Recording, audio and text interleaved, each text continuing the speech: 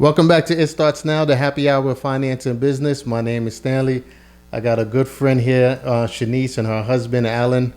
They stopped by to give us some treat and to introduce themselves and to let us know what's going on in this whole automobile industry with the leasing and the rentals and so much more. Please welcome my man, Allen. Allen, welcome. Thank you, guys. Thank you. Yeah, as you just said, and my name is Allen.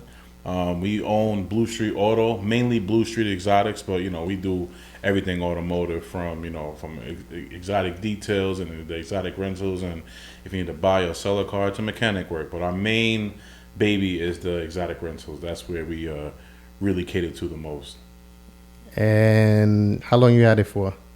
We started the rental business end of 2017, but really 2018 is when we started.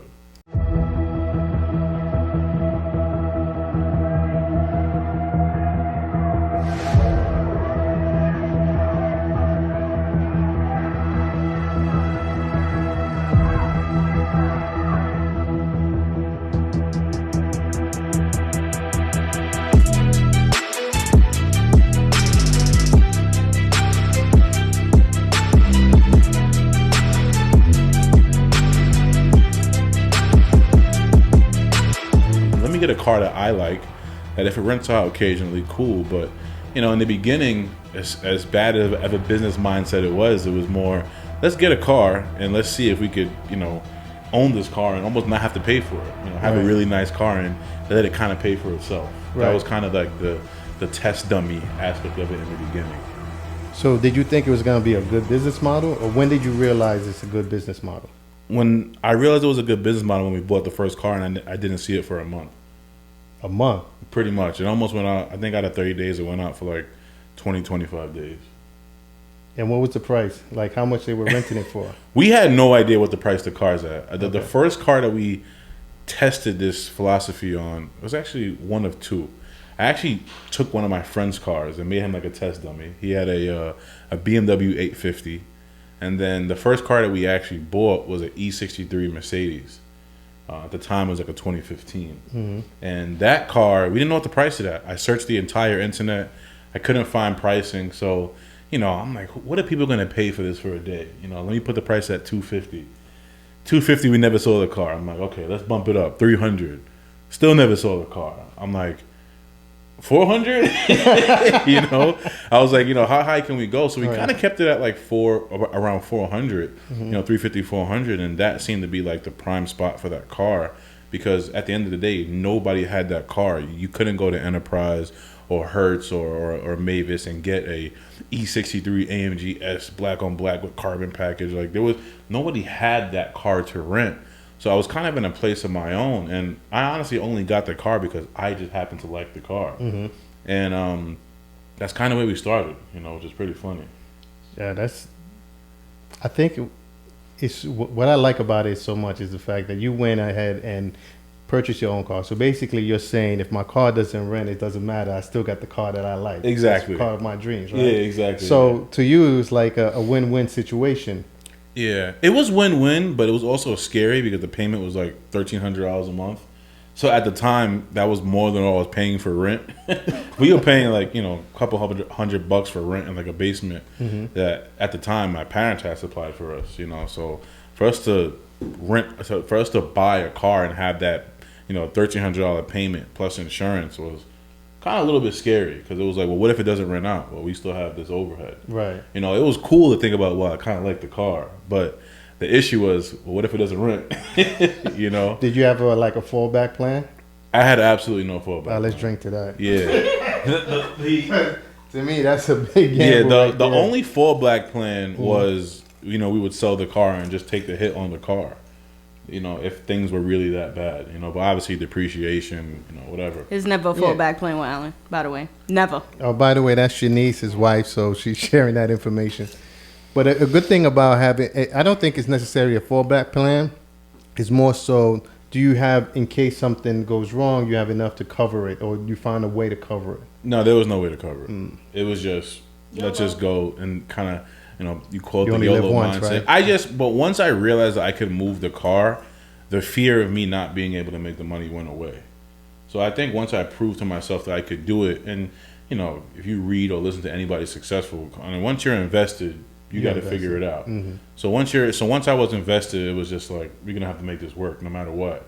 You know, whether we'll do 2-hour rentals, 4-hour rentals, a bar mitzvah, driving around for a prom, whatever it was, we're gonna figure it out. You know, but I think that's what gave me the confidence to say, well, what if you have a car going out 20 days a month, and you have 5 of those cars at $400 a day, you got yourself a little business. Right. You know, so you could just do very, very simple math to realize, like, oh wow, you can make some serious money. At what point did you decide that this is a real business? I realized very early on it was a real business once I looked into the people who were in the industry and saw how successful some of those guys were, or how much money some of those guys were making. Because I was like, well, how many people out there actually have a 20-car fleet? So let me go find those guys, you know, from the guys who were in California and Vegas, and even some of the guys who were successful out here. So I didn't know anybody in the industry. I had no idea. I never personally rented a high-end car myself anywhere. Mm-hmm. I would just, you know, you go to Florida, you get a little Hertz car and you do what you gotta do, or whatever. You know, I never did anything like that. So for me, I had no concept of it. I knew nothing about the industry, nothing. But when I started seeing what some of the other guys' lifestyles are like, and you know, I just did simple math. If you have a website and you have 25 cars and you have your prices up there, I just kind of add that up and say, well, these guys are making some really good money, mm-hmm. you know.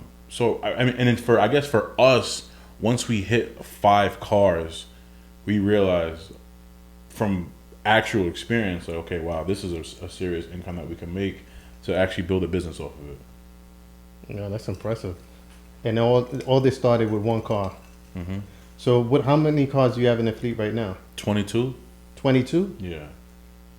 That's a lot of cars. And they're all going out. They're all going out if they're not crashed, but that's another story. Yeah. So only 22 fleets. Like let's do the numbers right now. How much is that on average on a good day, or let's put it this way, on a good month or a good year? Well, you got to talk to the finance person for that. I know the numbers, but she knows them better than me. I mean, the numbers are substantial. It feeds the family, you know. You know, it helps with some investments and setting up the future for future generation. Okay, that's I like that. Mm-hmm. Yeah, that's positive. But do you think about it, when you got 20 cars in the fleet, a lot of people barely have 1 car. And then you got to insure all these cars, right? Yeah. How does that work? How did you go around that? In the beginning, we didn't know much about the insurance. The insurance is the biggest nightmare. And we live in the tri-state area, so the insurance is always still going to be a nightmare. There is, you know, we have, you know, a business policy and rental insurance, but it's very, very expensive. The insurance is the biggest nightmare.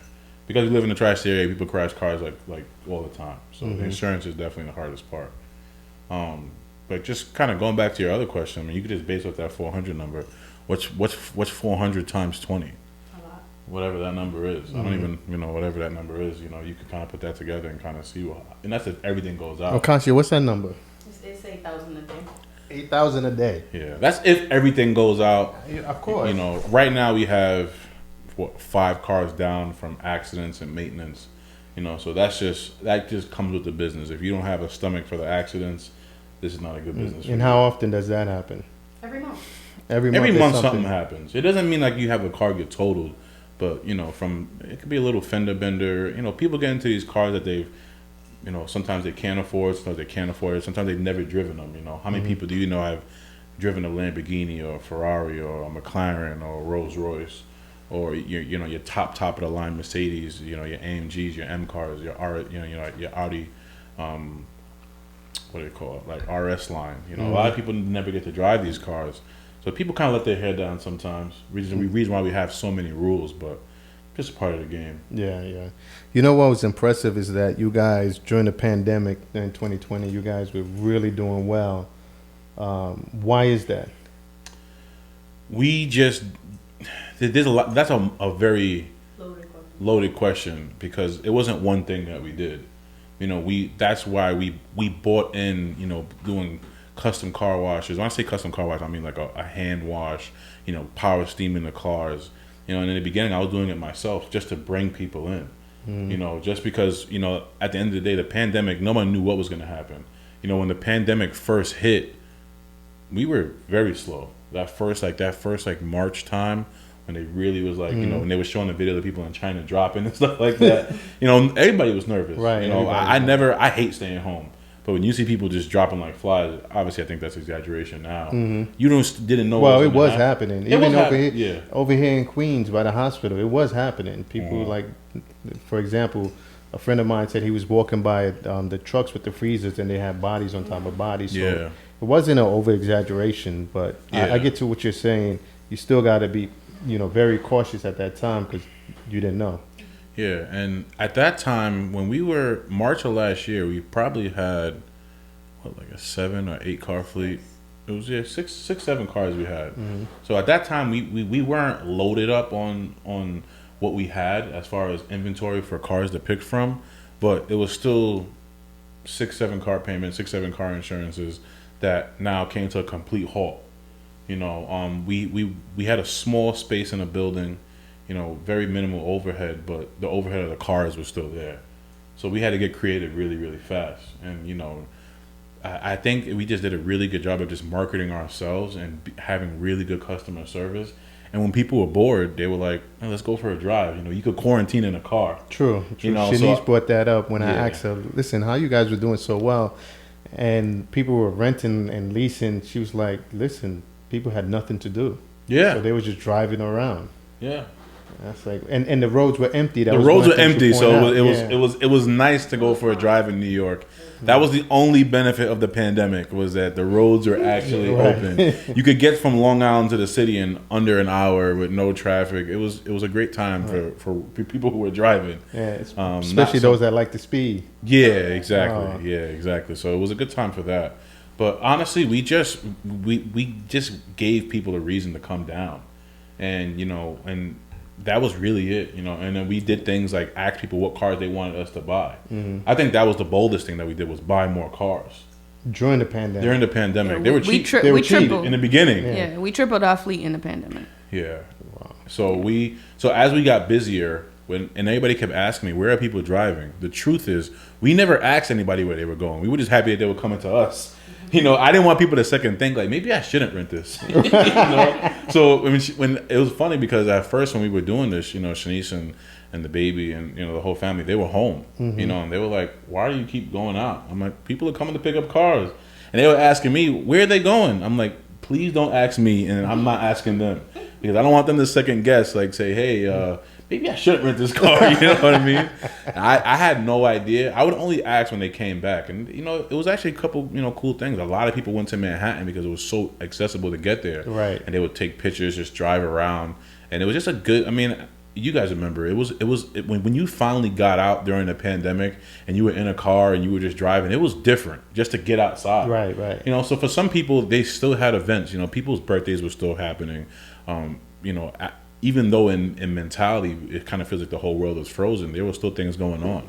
So if you had a birthday or anniversary or whatever it was, those things were still going on, just in smaller environments. You know, so we haven't done any recently, but we were doing a lot of like drive-by birthday parties, like do like for like a little kid or something like that. So we were just getting creative, you know, whatever it was. 'Cause there was no proms, there was no weddings, so we had to get creative really fast. I think that a lot of people figured, why not? I might as well flex now because I don't know what's gonna happen. So if I die tomorrow, at least I got to be in my favorite car driving around. Stimulus checks helped. That first round of stimulus checks helps. And listen, there people were getting PPP loans and stimulus checks. I didn't ask anybody where their money came from. As long as it was green, we accepted it. That's it. You know, so we didn't really ask too many questions, but people were definitely spending their stimulus money with us, which was pretty cool. So what was like your biggest money maker, the car wise? That's an easy question for me to answer. So in July of last year, we bought a Lamborghini Urus, which is Lamborghini's version of the truck SUV. By far, that was our biggest money maker. Really? At the time, it was our most expensive car, but it just appealed to so many different people, you know. So it never came back to the... No, that car was out all the time. That car was out all the time because, you know, you could drive it in the city, you could drive it in bad weather. It stands out. It looks good. It sounds good. It checks off so many, but it fits 4 or 5 people. It does everything. You know, so it attracts people that want to be, you know, up and coming rappers, current rappers that want to use it for a music video. People use it for weddings because it was white. You know, it was 100% that was the number one car. Wow. Now, how do you compete with like? Or let me put it this way. I don't necessarily think that you're competing with that market, but when you got people that's renting out cars, what separates you guys from everybody else? I guess that's easy for me to answer also. I listen to the customers a lot. And I ask them, hey, before you came to us, you know, where did you guys go? Or where did you guys rent from? And a lot of times they say, oh, I used to go here, but here was my bad. Here's the reason why I stopped going there. And then I would ask them other questions like, well, you found us. What made you guys come here? And listen to those things. And I think the number one thing is we just get cars that the people would like to drive. The customers would like to drive. You know, the color combinations that maybe they may not be my favorite, but maybe it is their favorite. So how do you do that? Do you do like a poll? A poll? We do the polls, obviously. The polls on social media nowadays, you could do a lot of polls. Right.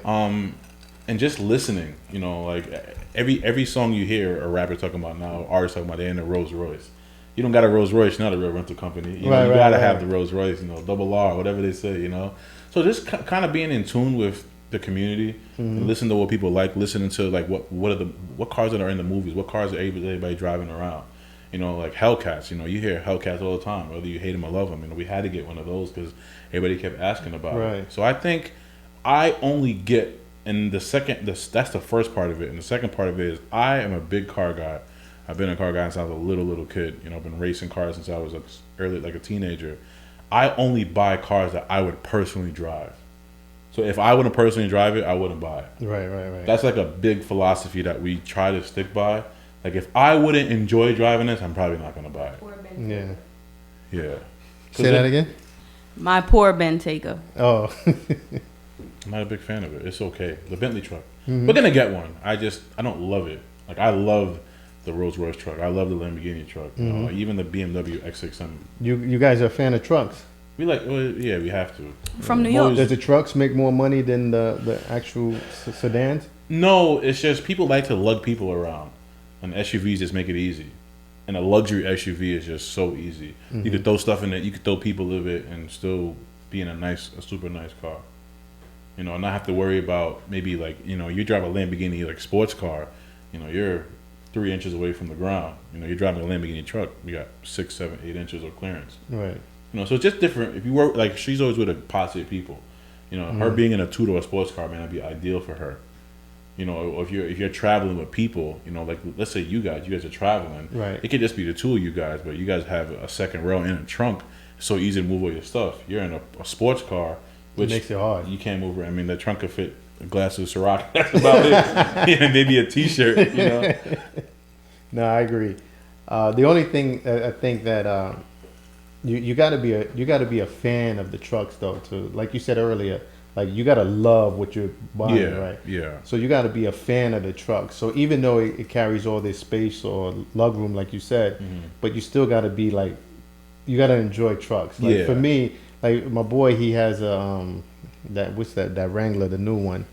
The one with the pickup bed? Yeah, with the pickup, right. For me, climbing up to sit down in something, it's just not ideal. Not to say I don't like it. Yeah. Because once I'm in it, I'm comfortable and relaxed. But for me to get up and climb, so I think for everybody, they have their own liking, whatever. But I think what you got going on is incredibly good. Do you think it's a sustainable business? I don't see why not. For the fact that I don't see us going anywhere anytime soon. For the simple fact that we can adjust to whatever the market brings. So even if the entire market decides to go into the electric department, you know, we'll just buy electric cars. You know. So why haven't you guys done that now? I just need the technology to go further because the biggest problem with electric cars is you have to be able to charge them. So if you rent a car and you don't have access to be able to charge it, that could be a problem. We are very close to getting onto those, you know, the technology is catching up where the range of these cars is going to be bigger and bigger. And once that technology is like at a height where I feel comfortable, we'll invest in some of those. Okay. Because I think right now the EV space is starting to really grow. Yeah. But I don't think that, do you think that they'll ever get to the point where they'll take over like a Mercedes or like Lamborghinis or things like that. I mean, yeah, every single company is going to be forced to go hybrid. It's just, it's going to start with from gas to hybrid to then full electric. Porsche has been working on it for years. They have 2 cars out that actually you can almost get every one of their cars now in some type of hybrid form. Lamborghini is actually working on a super hybrid. So the performance is still there. That's not going to affect anything. The looks are still going to be there. Just going to be a different engine. So for me, that doesn't affect me at all. It's we refresh the cars every couple of years anyway, so it doesn't matter to me. That's good. We'll just get whatever's hot. Whatever's making money too, right? Nah, I agree. Now I wanna talk to Shaneice for a little bit, Cool. if you don't mind. Yeah. Allen is my drinking buddy for the day. The designated driver. This is a plug right here for all the renters.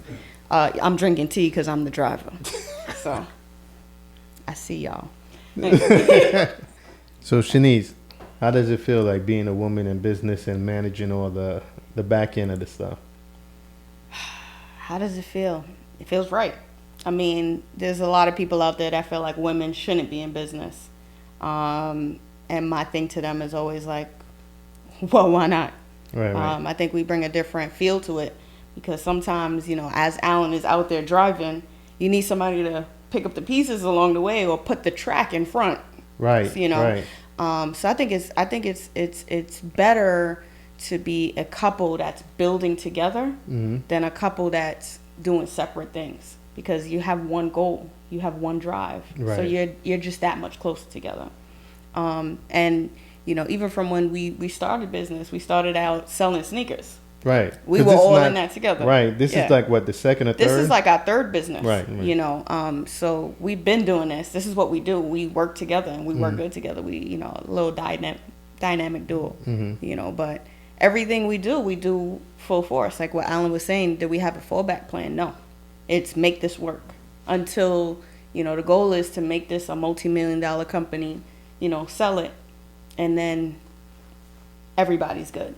Right. So this business is to fund the future generations. So you guys are looking at what, 5-year game plan, 15, 10-year game plan? What it was like for this company specifically? Yes. Well, right now we're on year 3, so we have 2 more years. After the 5th year, we're gonna evaluate the company a little bit. I say we have like 10, 15 years in this industry. But I don't see us 10, 15 years running this specific company. Right. But like you said, we kind of keep it fresh. We keep going with the people where the people go. What Ashley said, with the people them. We go with the people them. We go. So you guys are for the people. We're for the people. We're for the people. We're for the next generation. We always wanted to leave something that people can follow or people can use. We've always tried to go with a business that, we can help the next person grow. So we look at the rentals now, this business, it does generate a lot of income, enough income to, free our family from some debts so that we can do more for people. We're feeding a lot of families through this business. Yeah. And you guys didn't know it was or you had an idea. I always know when we touch something, it's going to be the best. We used to say this thing, when we first got married, even before we got married, we're the best team in America, just him and I. So we know that whatever we touch, it's going to be golden. And if we let it go, that's on us. But everything we touch, we expect it to be worth a lot. Right. Yeah. And financially, you said it takes care of the family, it takes care of everybody, right? But you also invest in other things.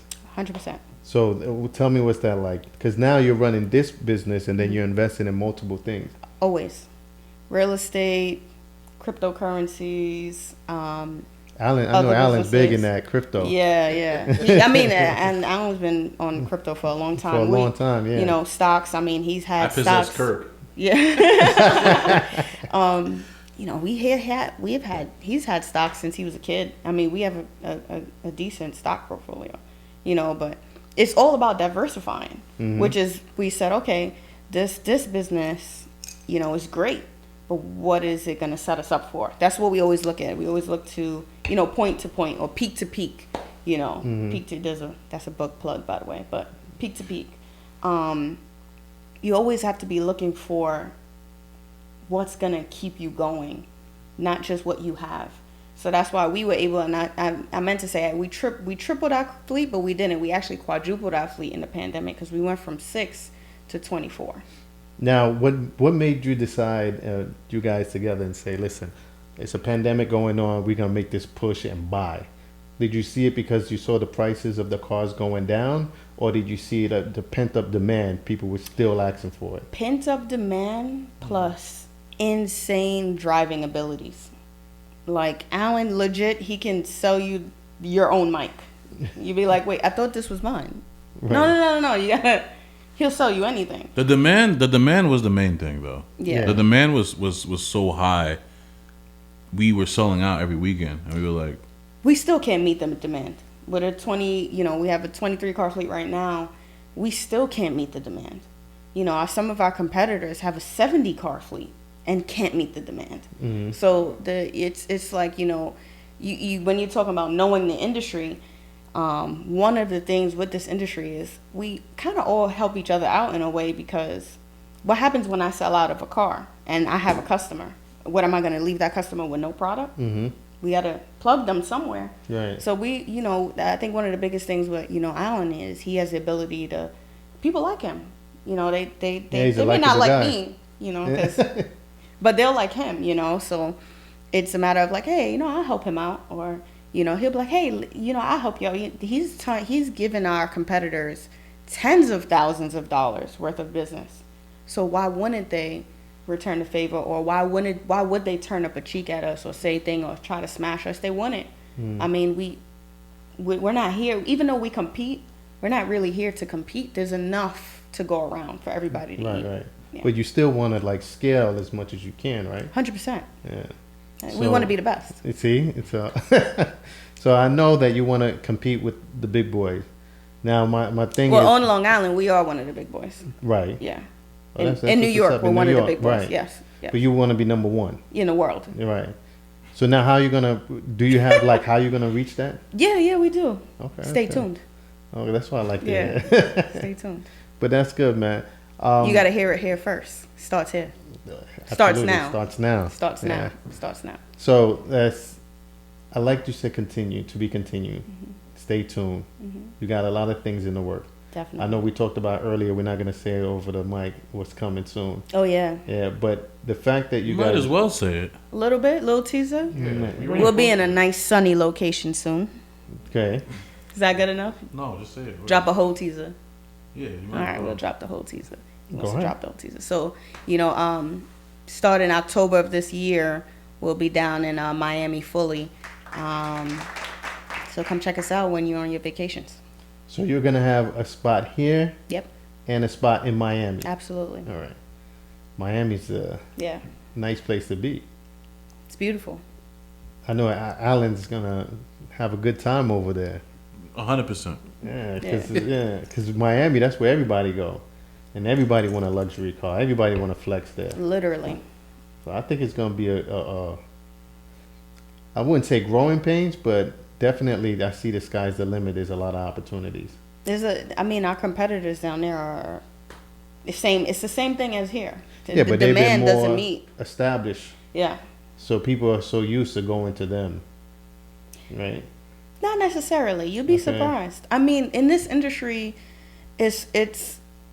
we've developed a business of, our whole team is a family. You come in, you know us by first names. Like, hey, they call me Shay. They be like, hey, Shay, you here today? Blah, blah. Or you meet up with our staff. They all know us. Right. So they come in, they feel at home. And that's the one thing I never want to lose within the company. Like, the people that we bring on, our team that we bring on, these are not just random people. These are actually people who, like, they were with us in the beginning. No one on the staff right now is just like, or a random person. Like, we have people on the staff that are our godparents for our kid. So everybody it's family. Is growing together. That's what we believe in. See, that's what I like. Yeah, we believe in that, buy black, build back black, but Latinos too. Yeah. Diversity, you know, but Diversity. even too, you know, the Asian community, we're big in that, you know, it's just about diversity. Even, you know, like we have some really, really good friends who are white, Right. but we all believe in, hey, we work together, we build together. If you're not building, you got to sit back and watch until you're ready to build, but you're going to have to build eventually. Yeah. I Yeah. like that. Yeah. I like that a lot. Yeah. Yeah. Let's me and Alan take a drink for that. Shanice's not drinking. Salud, Yeah, brother. yeah. You know, it's a non-negotiable for us in our family. Like, it's just keep building. There's no free rides. Mm. There's no free rides. Our son is not inheriting our money. Right. If we die, he's a millionaire. But guess what? It's all structured. But he still got to work for it. He has to work for everything. Yeah, He doesn't I get believe in a that. dime from us. You Yeah, know? I believe in that. Yeah. I believe that builds a lot of character, and then it takes away from the entitlement.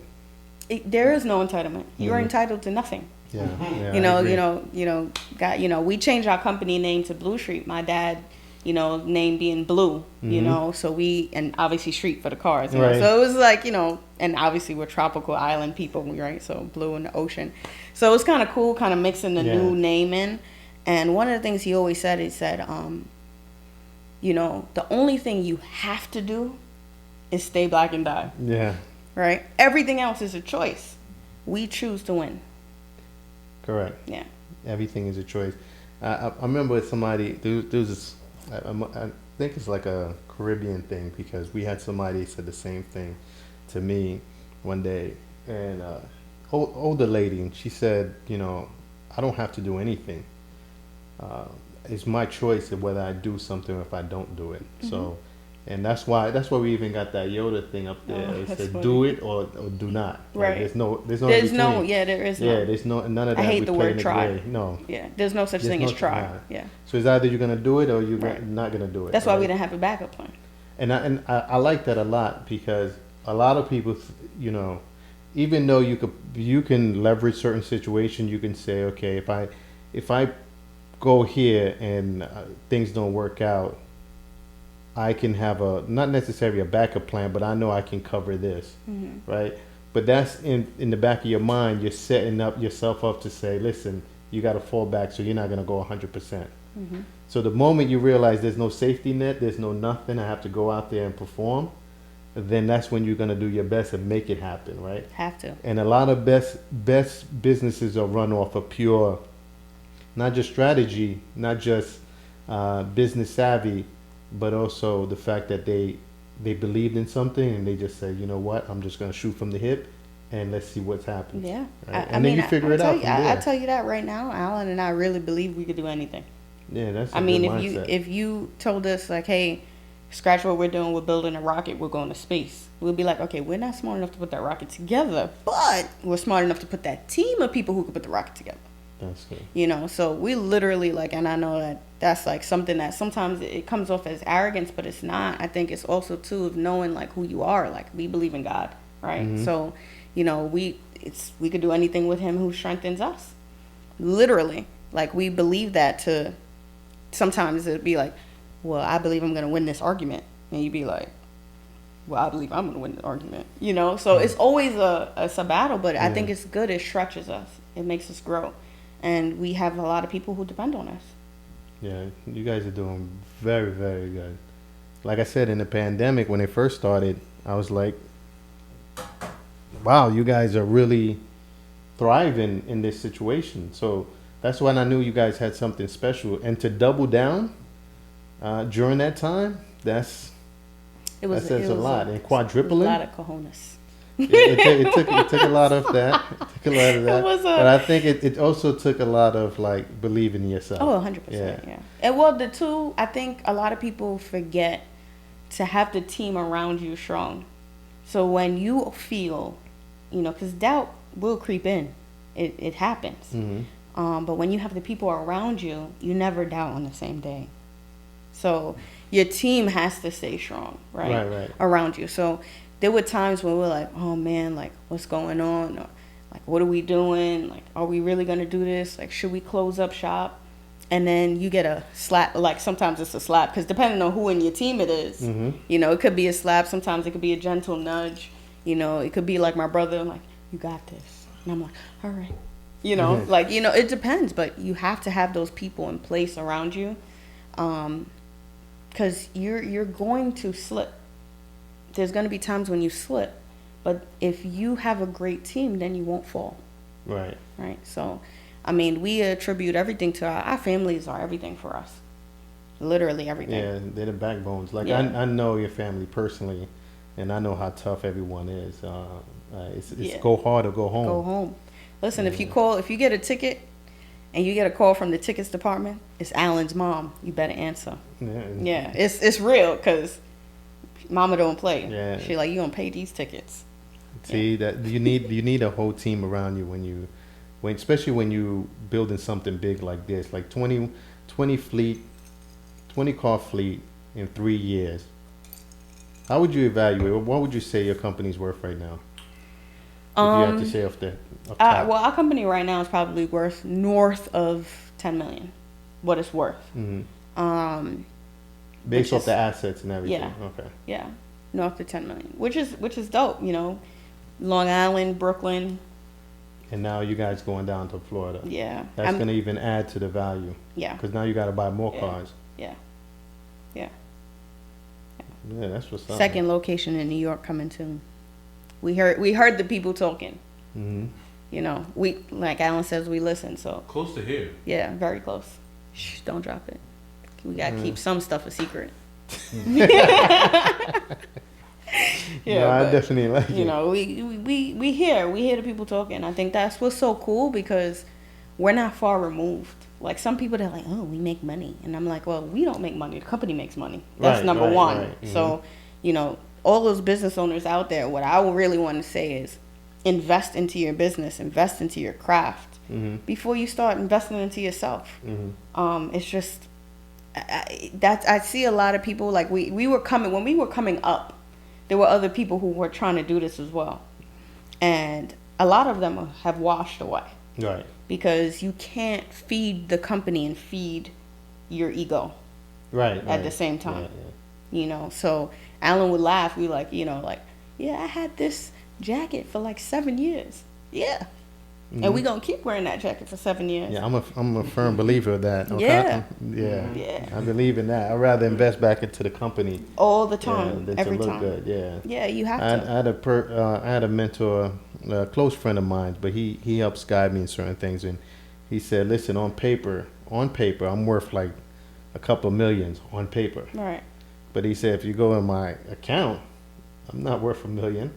You know, I'm probably in the 100,000, 200,000 range, maybe in my account. But on paper, I'm worth a couple of million because if you add up all my assets and all the things I got going on, investments, then yeah. But I don't feel that way. No. He said, so I got to keep grinding. And that's what you guys sound like to me, like for Alan to wear the same jacket for the last 7 years. That's it. That lets me know like you can buy certain things, but you do like want to invest into back into the company, which I think is a great thing, especially when you know you have a goal. Yeah. Right, because clearly you guys have a goal, and you're like, all right, this is what we're not gonna be content until we reach that goal. Well, if you know Alan, he has big goals, and his thing is really true. Like he'll love everybody, but his goal is to always be the best. Yeah. And you know, it's just the culture. So our family culture is be the best. That's it. Number one. Shane is like that too. That's why that's why we all vibe. Yeah. Good that's people. why he gave the blessing for me to be with Alan. He was of the family culture. Yeah, he definitely got the mindset for it. Yeah. All right, let me chop it up for the rest with Alan. Alan. Jump back. All right. So we wanted to give a quick dialogue of what's been going on. So we were trying to set this up for a while now, and I wanted to make sure that we had the studio, the new studio ready. Studio is beautiful, by the way. Yeah, I appreciate it, man. Yeah. Thank you. Yeah.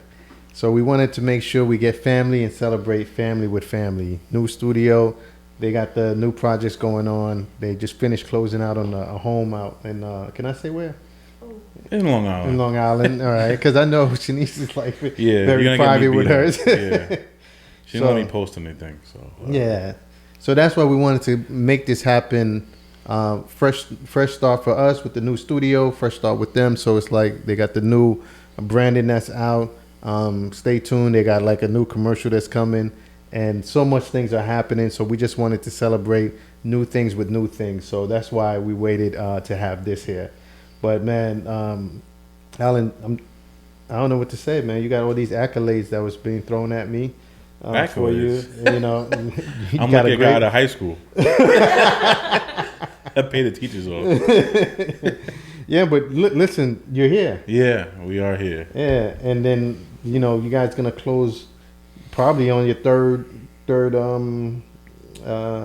is the third business, but you guys gonna open up a third car dealership place. So to me, that's huge, man.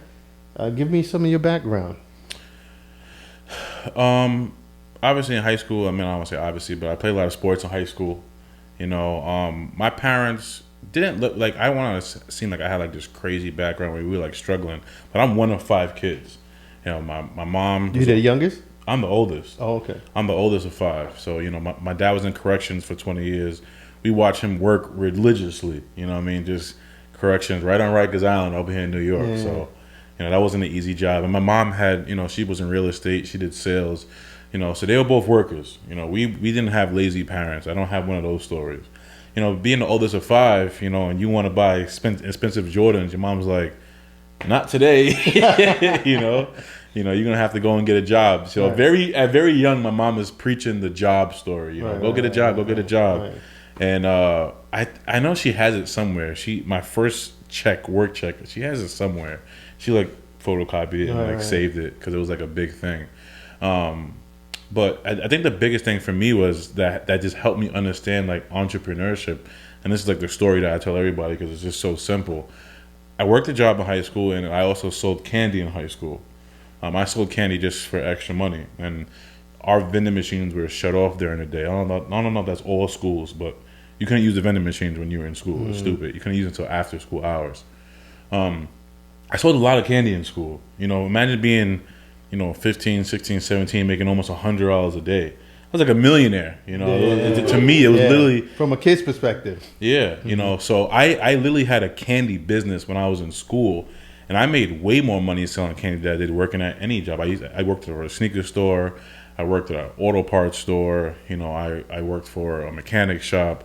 No matter how many jobs I got, I bought my first car selling candy. Mm-hmm. You know, and that was like the whole reason for me doing it was just to figure out ways to make extra money because my mom and dad actually were like, well, if you have $5,000, then we'll co-sign for you for a car.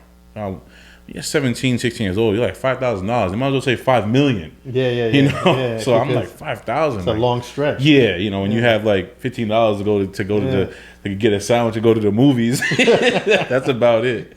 You know, so you know, I was very desperately trying to figure out ways to make more money, and it all started from taking all the Halloween candy that we had and selling that, and then when that ran out, it was like, well, we got to go buy some more candy. You know. So I don't know if I bought it or if my mom gave me like my first batch of candy from like Costco, BJ's, but then we just kept going. Then I ended up hiring my mom to drive me back and forth to the store because she said she wasn't doing it for free. Yeah. And so you paid her? I had no choice. If she didn't take me to get the candy, there was no candy being bought, you know. But it was crazy. Like literally, I made more money to the fact that my school thought I was selling drugs. It was stupid, you know, because some days if it was like a I mean, did you get the car? I did get the car. So I did get the car. See why? Yeah, I did get the car. I was 18 years old with like a $30,000 car in high school, and my dad had to go. Him and my mom said that they would get it for me if I got the money, so they had no choice. What kind of car was your mom? It was a 2008 Mitsubishi Evo, which I still have to this day. Was that year on year? I still have it, yeah. But it was on a year-on-year? Yeah. Oh, I graduated in 2009, but in 2008 school year, I had the car. So to have a brand new car and you were in high school was like the craziest thing of all time, you know? Shanice wasn't around. I asked you other questions. No, I would have asked you something else, like how much attention you were getting. Oh, no, attention was stupid. I played football, I played basketball. I had one of the nicer cars in school. It's ridiculous. It was crazy. Yeah. But So it was like that's where your competitiveness came from. Yeah, 100%. Yeah, but it's selling candy. People think, oh, selling candy. Selling candy was hard. It was illegal. Like in school, you weren't allowed to do it unless you were part of a fundraiser. So that was one thing. And then to lug 50, 60 pounds of candy and drinks to school every day was a nightmare. So you were hustling. Yeah, it was hard. You were hustling. That's think about it like this, right? You got you got something that's illegal. Yeah, yeah. And you getting it by the weight, right? And then you breaking it down. Yeah, exactly. So you basically was hustling. Literally, I had to pay some teachers off with free sodas and free candy. It was crazy. Yeah, the hustle's the hustle. No matter how you put it doesn't matter how it was. Yeah. It doesn't matter how it was. But it was really bad, and I started remembering people's orders. That was really bad. Yeah, I'm like, Twix, Snickers, okay, cool. I knew that before they even asked for it. So you was broke bad. it down, and then you had your supplies, and you knew what your supplies needed. At one point, I never forget when they shut me down. Kinda, the guidance counselors went into my locker and took all my candy and called my parents, and my mom was like laughing. Like, you're calling me because this kid's selling candy? Like, is that a joke? They took my candy, and they said that every day I walked into school, they would check my bag. So they confiscated your candy. Took everything. Right. I stole it back from the guidance counselor, which is a whole nother story. But I ended up having 4 people sell candy for me. And I noticed very early that I hate employees, but you need them. Because I didn't have a lot of broken candy, bag stuff get open. That never happened to me, very rarely. Somehow I get employees and everything is destroyed, melted, is missing money. It was interesting. But you know what it is? I've come to realize unless you invest money yourself, you may not value somebody else's things, right? And that's the same thing with money. Sometimes when you invest into someone or invest into a company, because it's not their money, they might not value it as much. Yeah. So sometimes bootstrapping it and doing it yourself, it takes a lot longer. But sometimes to get started, you may have to do that until you get to where you need to, and then start building your company. I agree. I think some companies get too much funding too early, and is what hurts them. We see it on a bigger scale. Some of these startups get so much money, and then they fail because it's not their money. Because they can't value it as much. They don't look at it like, okay, maybe I need to slow down on the spending. Maybe I need to budget for this. Yeah. And then before you know it, that money's gone. Because $200,000, $300,000, if it's spent wrong, that can disappear right away. Very, very fast. Yeah. Yeah. That's one of the hardest things with business is learning how to manage the money. I mean, I'm not an expert now. We still deal with that right now. It's like, what is too many cars? Is there a number that is too many? In my opinion, you need to invest in cars for you of course, to grow. Yeah, so it's like, well, do you buy, is the goal 30 and then 40 and then 50? Well, do you have the customers to supply that? Like there's always that battle, is there too much of an expense, that you have? It could be as simple as just getting a space, you're like, was it too big, is it too small? These are all things that you got to think about. Mm-hmm. When it's not your money, you're like, give me the biggest room you got, That's and true. you don't care, Yeah. Instead of thinking about, well, let me start here and then work my way. And then there's the opposite where it's like, are you thinking too small? Because there's some people that may say to you, well, 20 cars would be perfect and I'm happy there, but you may need more. Or maybe a 20-foot room is perfect. You may need a 50-foot room. Like there's both ends of it that you always have to play seesaw with. Right. Am I thinking too big or am I thinking too small? It's always hard. How you struggle with that? How you handle that struggle? It's a battle all the time. I think every entrepreneur deals with that every day. Where it's like, when do you stop pushing? Me, I don't know when to. If for me, if you tell me, listen, we need 100 cars, I'll just keep going and not even realize, like, maybe you got to slow down and not stop, but gather up, absorb the momentum and get used to where you are and then keep going. Sometimes you just keep going, and it gets kind of crazy. I still battle with that. I still battle with thinking too big versus thinking too small. And, I'm always outside of listening to podcasts and audiobooks and reading, and having maybe a good coach or mentor, which in this business I don't have. Right. There was nobody I could go to ask for help. Nobody was willing to help us. True. But this business right here, I think it's like it's rare that you have 2 young black people that actually owning a fleet of cars, luxury cars at that, Yeah. and leasing it out to everybody. We get weird looks all the time. I know. Like to me, the concept of it is this.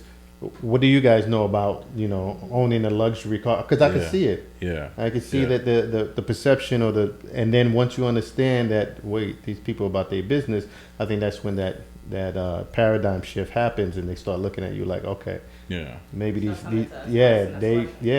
people are real. Yeah.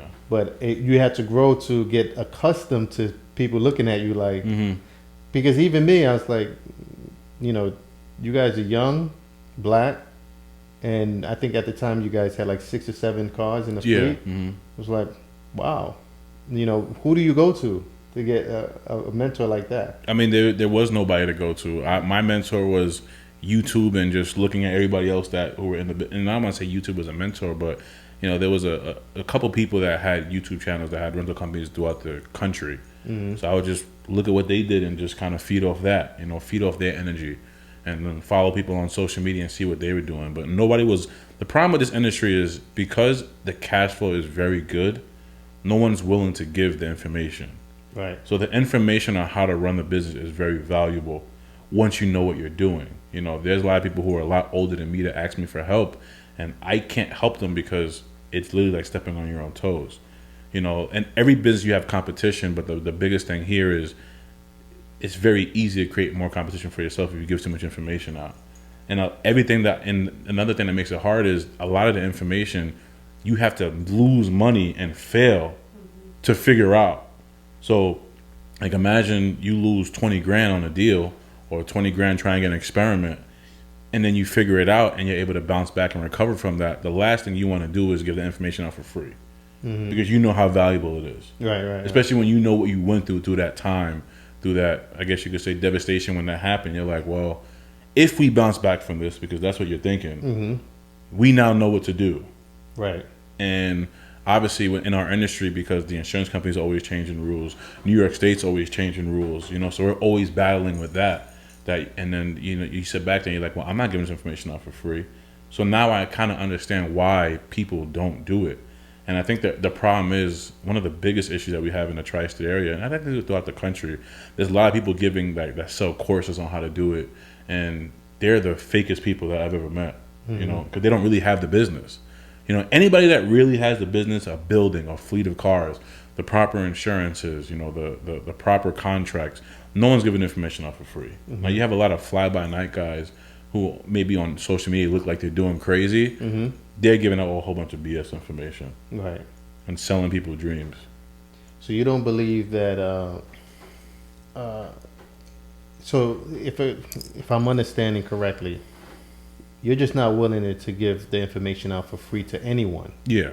But you won't mind helping if somebody came to you and want to be under a mentorship type of thing. It would have to be somebody who was like sold out to it. Yeah. Okay. Now, what does that mean to me being sold out? That's a whole nother story. Yeah. But it would have to be somebody that's really, really sold out to, wanting to do this. And at the end of the day, willing to go through the negatives, because there is negatives, every single month. I mean, this month that just passed, we had minimum 5 to 10 grand a week in cars that were just down.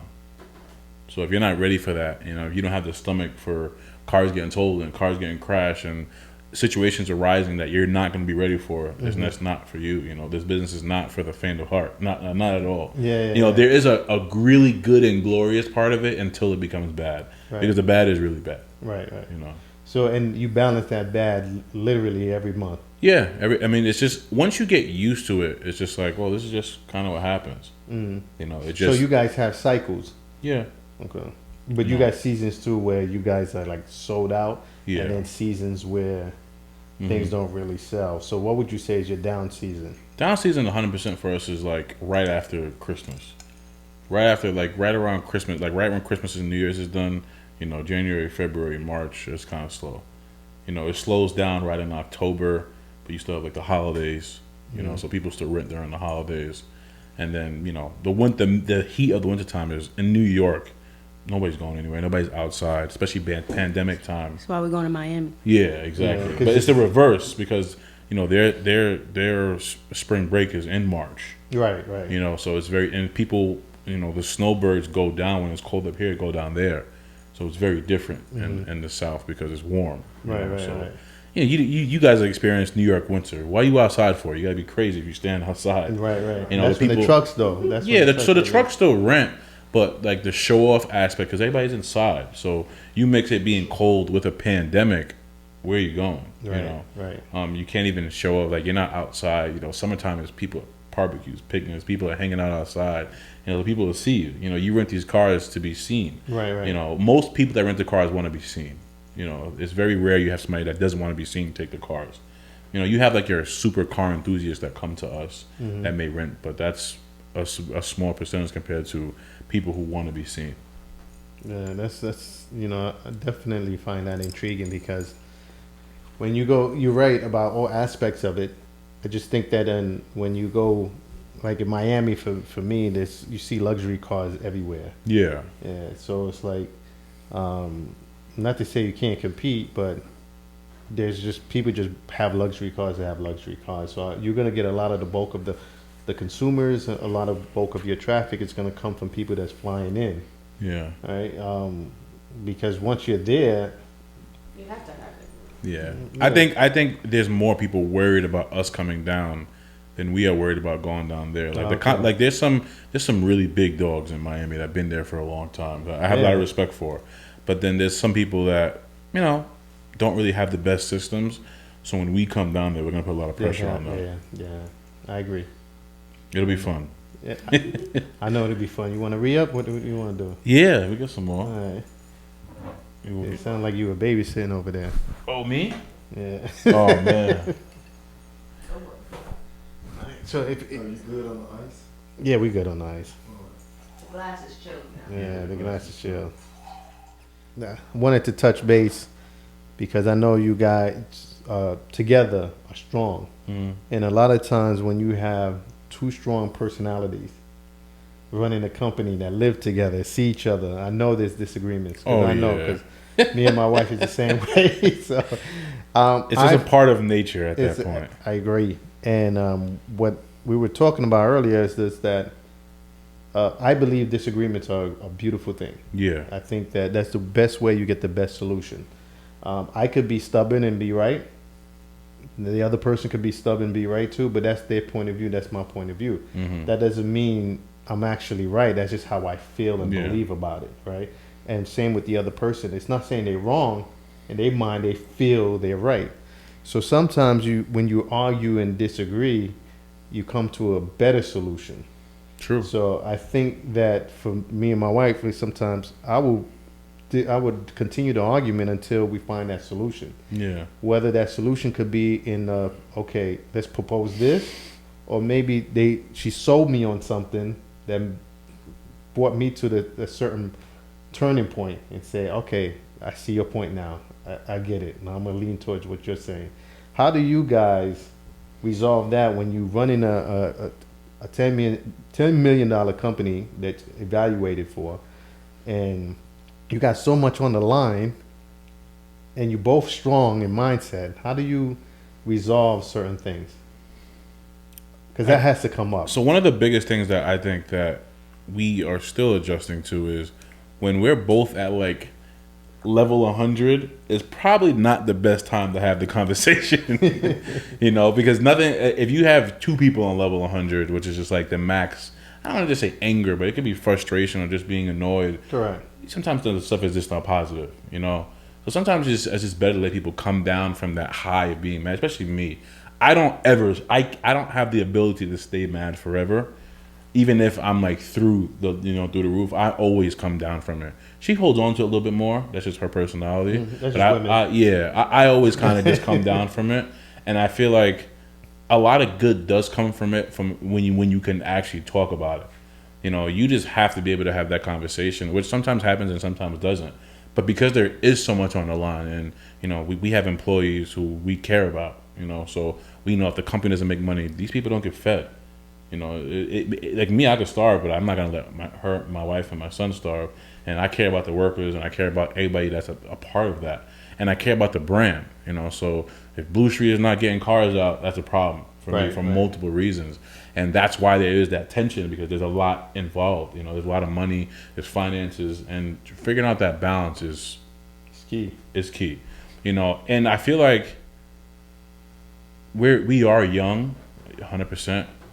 So it's always like we're still working on it. You know, we're not at the point where like, yeah, we figured it out 100%. Right, you know, we've gone through our multiple conversations, high and low volume. You know, Right. And it's just it. I think depending on the personalities, that's a part of the process. But when you have two people who are like movers and shakers, that's gonna happen. Right. You know, so it's something that we still work on. You have to have the uncomfortable conversations. It's the biggest thing, I think. You may not want to have them. It may not end the way you want it to end, but you have to have the uncomfortable conversations. If you don't, things are probably going to fall apart. You know. Yeah. So you have to have those talks. Because when you think about it, this is the person that you're in partnership with.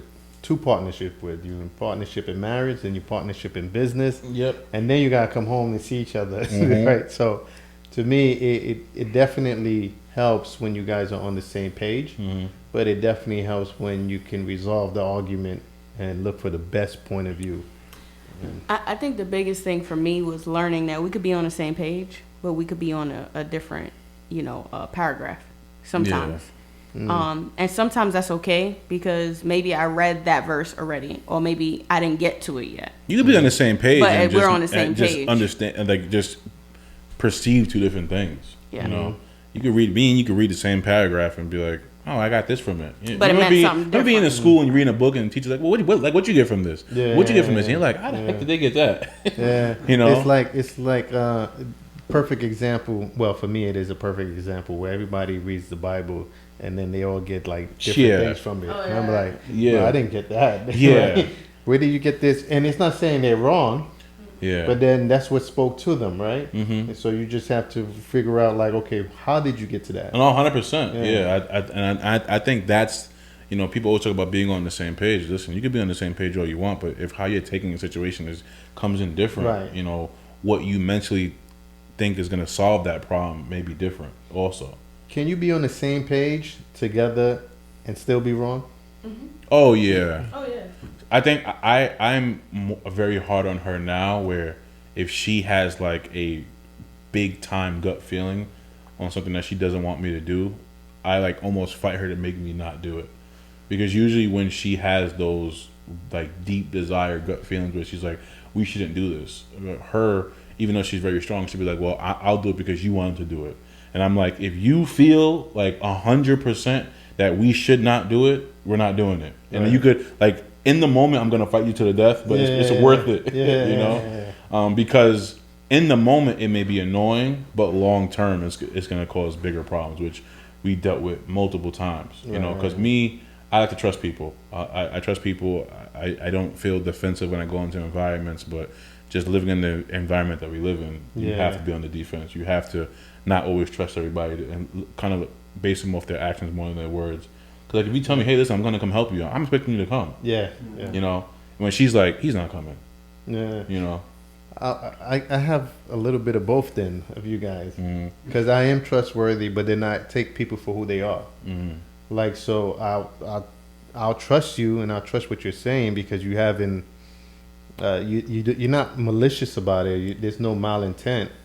But if I know your behavior pattern, then I know, like, okay, the person mean well, but they're not going to do it. Yeah. So it's like, it's not that I don't trust you. I just trust you to be who you are. I always just try to give people the benefit of the doubt and like to let them make a mistake first. I agree. Yeah. But now what happens now when you make that mistake a few times, but you know they're good people. Yeah. But they just make the same mistake over and over. Now you have to treat them according to 100% who they are. Yeah. Well, I think sometimes people don't know who they are, and that grants a bigger problem because you may think that you're this type of person, and then you're presented with things, and you're really not that person. Yeah. True, but whose fault is that? Is it ours for not showing them who they are? Because if you're dealing with them 24/7, you get. I believe in showing people who they are. Yeah. No, I know you do. Sometimes I think that's a big thing nowadays. Is you go on social media and you talk about social media is just so prevalent in our lives nowadays, and people say, "Oh, tell me the truth, keep it real with me." A lot of people don't want to hear it. No. A lot of people don't want to hear it. No. I know it's true because sometimes I don't want to hear it. Yeah. I was when I got to be blunt about it. Yeah. Sometimes I don't want to hear what's really going on. True, but sometimes I don't want to hear it because your opinion may not matter. Yeah, that's Like, the other battle. Like if your opinion matters, then I'll be like, okay, I maybe I need to tone it down, or maybe I need to change this, maybe I need to do that. But if your opinion doesn't matter, then to me it's like, and it's no disrespect, it's just I don't know you well enough. Yeah. I can't trust you well enough for you to make that evaluation of me. Yeah, it just depends on the arena that I feel like you have expertise in. Like if I was coming to you like, hey, Stan, I want to do a podcast. I have no seniority over you when it comes to that because you have so much more experience than me. But if we're talking about renting cars, I'm be like, what? Like, what do you know? Yeah. So it depends, but I wouldn't put you on a pedestal for everything because I don't know what you're good at. True. True. So I feel like some people like they may look at you like, man, it starts now, it's growing and growing and growing, and could grow to who knows how many people who are logging in. Right. And you could be the best person of all time of doing podcasts, but that doesn't mean you know anything about a good restaurant. That's true too. I've literally had that stuff happen where like I love somebody and I hate going to bad restaurants or hate eating bad food. Right. And I'm like, well, this person knows this and is good at investments, is good at this. And like, well, pick a restaurant. I'm like, what the heck? It's something so stupid. Yeah. But you're man, your taste in food is pretty terrible. I agree with you 100%. This person had told me this a long time ago, and I share it to this day too.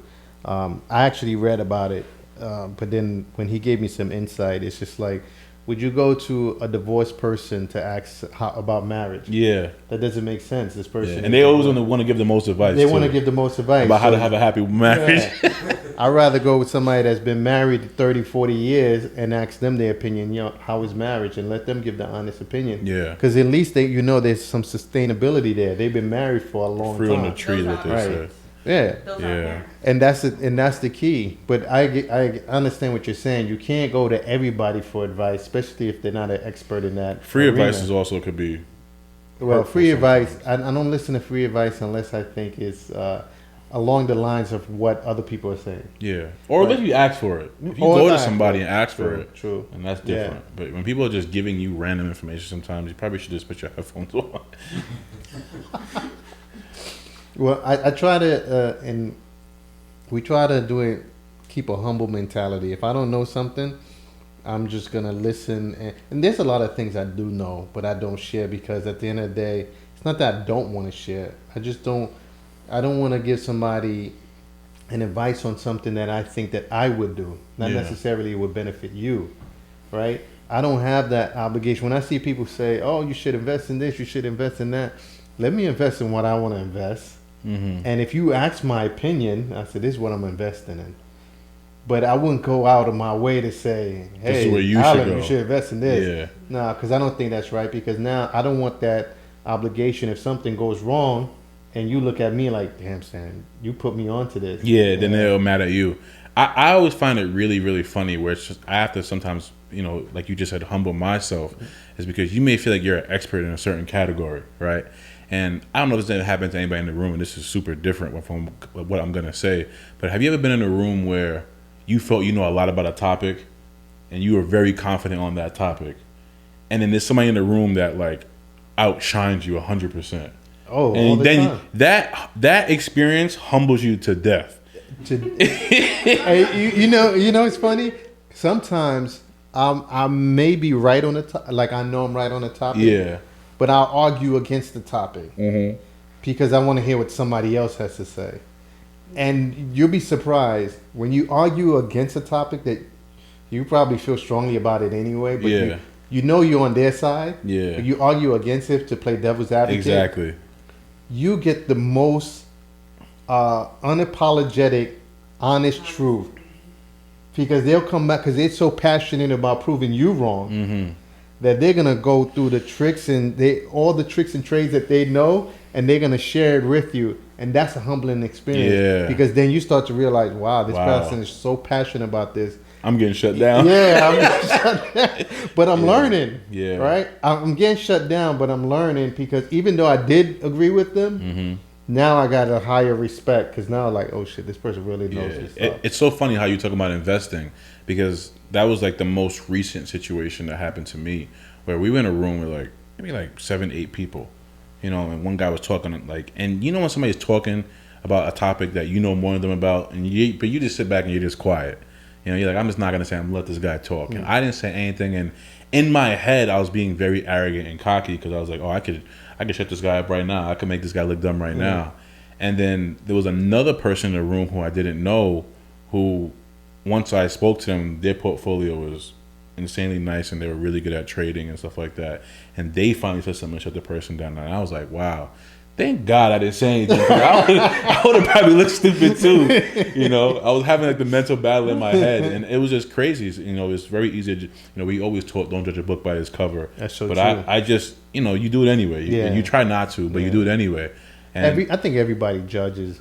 I think that it takes a lot of self-discipline and a lot of maturity to say, you know what, let me at least hear what the person has to say before I even jump and in. actually want to listen. And want to listen too. And I think that's and I'm be honest with you, I think it took me some time to get to the point where I really had to humble myself and say, I don't know. I got to enter a room and pretend that I don't know nothing. Because when you'll be surprised how much things that other people know by you just making that decision to say, listen, I don't know anything. This is fresh. Even though I know some things, you got to pretend you don't know and just be open to hear anything. And you'll be surprised. Someone you probably would have never expected comes out and show you something that's insightful or insightful, whatever it is, and just open up your mind and say, wow, I didn't look at it from this angle. Because it's all about angles, right? Because you're looking at one viewpoint, but you may not be looking at it from the second viewpoint or the third viewpoint. It's all about angles, how you looking at it, right? So I used to say, like, they used to say, you know, the glass is half full. And I used to say, no, it depends on how you drink it, right? It could be half empty or it could be half full. Depends on how you look at it. Yeah. Right? And you'll be surprised when you go in with this mindset of, I'm going to learn, right? And then it might be half empty or maybe half full, depending on the information that you get when you walk out of there. True. Yeah, so I definitely agree with you, man. It's just hard sometimes when you want to, you know something and you want to correct that person. Yeah.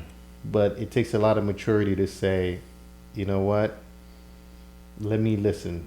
And I think that's the hardest thing to do, especially for talkers. Yeah. That's definitely true. Sometimes the hardest part of being an entrepreneur is listening to your customers, or listening to the people who are investing into you, or for you listening to your listeners. You're like, well, they're listening to me, I'm giving information, but you gotta listen to what they want, or they're gonna stop listening. You know, for me, if we stop listening to what our people want, we're out of business. You know, I think that's always the battle, because the bigger and bigger you get, the more you kind of want to read your own press clippings. You know, like how good you're doing or whatever it is. But to humble yourself down is. I think as a leader, you can't smell your own BS. Like, you can't get full of it. As a leader, you have to say, all right, just because I started this doesn't mean I'm the one that's going to take it to the next level. Right? Yeah. My employees could be the one that's helping me take it to the next level. So scalability always depends on who's around you. Yeah, that's huge, and being able to trust people to do it. Being able to trust people to do it. The right team is by far everything. You could correlate that to the Bible, sports, business, everything. I think it's all one. Yeah, it's all one. I look at entrepreneurship just like I would look at sports. It's all competition, still sharpens steel. The better they get, the better you want to get. And so when people say I don't look at things as a competition, it's a lie. Everything's a competition, right? Now it's all about how do you look at it. Do you look at it, you want to beat this person, or you want to look at it, I want to be just as good or better. So it's not about beating the next person. It's about how better you can get. Yeah. But the only way you're gonna get that way if you have like a benchmark to say, all right, this is the bar, I gotta beat that bar. And that's when people say, nah, there's no competition, that's like, nah, that's BS. Everything's a competition. Just don't compete with that person, but compete to where they are and say, if that's the bar, I gotta get to that point. Yeah. But this been great, man. I appreciate it, man. Yeah, man. Thanks for stopping by, brother. Thanks for having us down. I appreciate it. It's been awesome.